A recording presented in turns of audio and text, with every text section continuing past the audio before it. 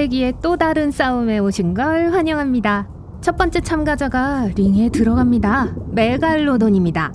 이 상어는 약 2300만 년에서 300만 년까지 살았어요. 그리고 현재 역대급 궁극의 사냥꾼이라는 타이틀을 갖고 있죠. 두 번째 선수가 링에 올랐어요. 그리고 이건 둔클레오스 테우스예요. 약 3억 5천만 년에서 3억 8천만 년 전에 살았고 그 당시 가장 큰 물고기였죠. 이 생물들은 전 세계를 헤엄쳐 다녔고 갑옷을 두른 머리와 강력한 턱으로 두려움을 불러일으켰어요. 메갈로돈은 역대 최고의 사냥꾼 중 하나라는 타이틀을 갖고 있어요.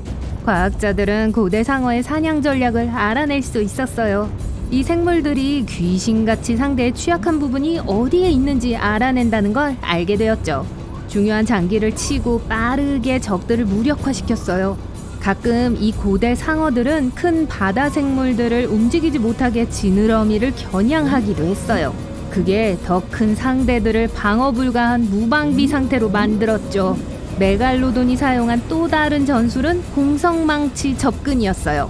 이 거대 상어는 고래와 충돌해 도망칠 기회를 없애버렸어요. 다시 말해서 지성과 전략이 메갈로돈의 가장 중요한 기술이었어요.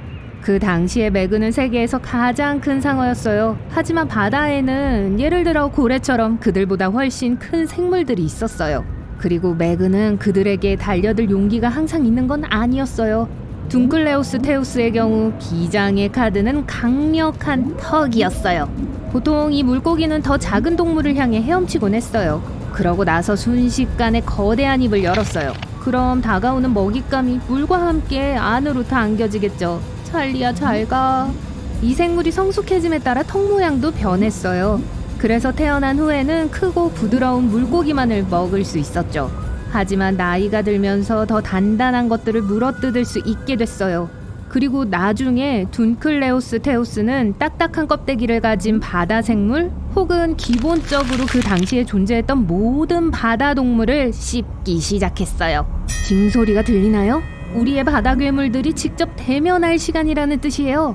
바다의 광활한 물에서 둘은 우연히 마주칩니다. 메갈로돈이 상대방을 먼저 알아차려요. 상어는 둔클레오스 테우스의 강력한 갑옷에 맞서 공성망치 접근 방식을 사용하고자 해요. 그래서 속도를 내기 시작해요.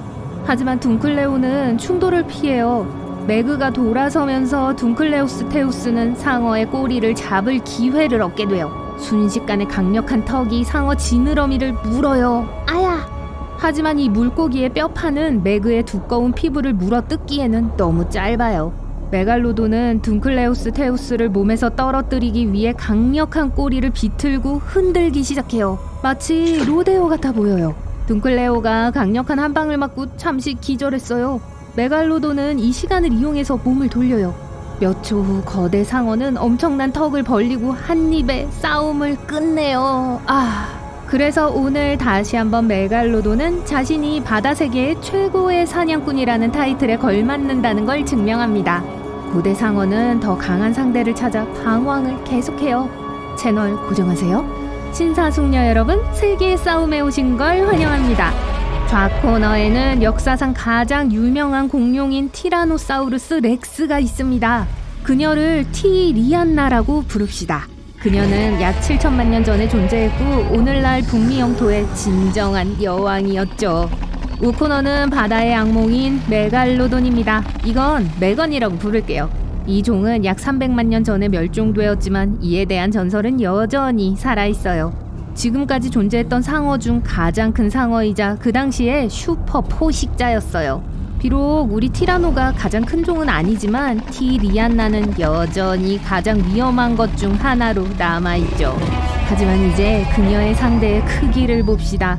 메갈로돈의 크기는 여전히 논쟁의 여지가 있어요. 사실은 이 고대 상어의 유일한 잔해가 이빨과 척추라는 거예요. 그래서 과학자들은 이 상어의 실제 크기에 대한 추측만 하죠. 하지만 최소한으로 계산해도 티라노보단 커요. 그래서 크기 범주에서 메갈로돈은 티라노에게 기회조차 주지 않았어요. 첫 번째 포인트는 거대한 상어에게로 갑니다. 하지만 기동성은 어떨까요? 티리안나는 덩치가 크고 서투른 것 같아요. 하지만 티라노는 거대한 꼬리 덕분에 균형이 잘 잡혀있고 아주 빠르게 방향을 바꿀 수 있었어요. 그리고 다리를 보세요. 분명 다리 운동을 하루도 빠뜨리지 않은 듯하죠? 메갈로돈은 분명히 수중 세계에서 최고의 포식자였어요. 크기와 질량뿐만 아니라 지능 덕분이죠. 과학자들은 고래의 잔해에서 메갈로돈 이빨의 흔적을 발견했어요. 그들은 매건이 먹이의 가장 약한 곳을 겨냥했고 중요한 장기가 어디에 있는지 알고 있었다고 결론지었죠. 메갈로돈의 희생자였던 다른 유해들은 뼈골절이 많았어요. 그건 그녀가 몸무게를 공성망치로 쓰는 걸 부끄러워하지 않았음을 암시해요. 그런 50톤의 공성망치는 콘크리트 벽도 쉽게 뚫을 수 있을 거예요. 그래서 이 상어는 두 개의 주요 기술을 갖고 있었어요. 공성망치와 궁극적인 터킴. 하지만 티라노의 무기는 훨씬 더 광범위해요. 메갈로돈처럼 그 종 중에서 가장 강한 터킴을 가졌고 또 공성망치도 썼어요. 비록 무게가 매그의 무게만큼 나가진 않았지만 티리안나는 훨씬 더 빠른 속도에 도달할 수 있었고 충격은 상어의 그것보다 훨씬 더 강력했어요. 게다가 꼬리로 칠 수 있었고 엄청난 다리 힘으로 피해자를 잡아둘 수도 있었어요. 의심할 여지 없이 티라노의 무기가 훨씬 더 다양해요. 그래서 이 점수는 공룡에게로 가요. 관객 공감상이에요. 티라노는 의심할 여지 없이 역사상 가장 유명한 공룡이에요. 영화, TV 시리즈, 만화, 비디오 게임, 저의 최악의 악몽, 심지어 우표와 밈에도 등장했죠. 그리고 미국 자연사 박물관에 있는 해골은 세계에서 가장 인지도가 높아요. 하지만 근거 없는 이야기도 많죠. 예를 들어 움직이는 물체만 볼 수 있다는 생각 말이에요.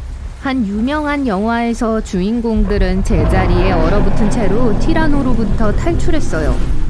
우선 공룡은 냄새를 잘 맡을 수 있었어요.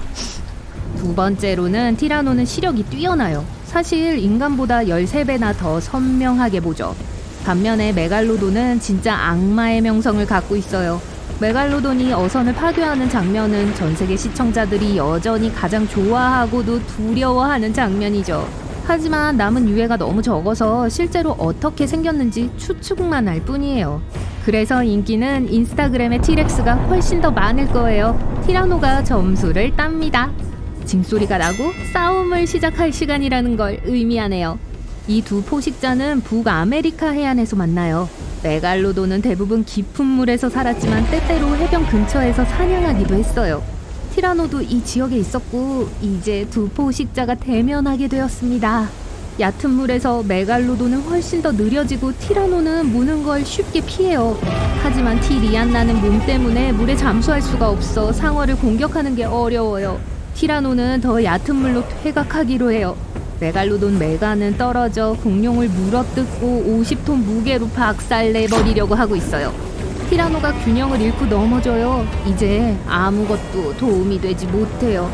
메갈로돈은 궁극의 포식자이며 세계에서 가장 유명한 공룡을 쉽게 물리칠 수 있다는 걸 다시 한번 증명했어요.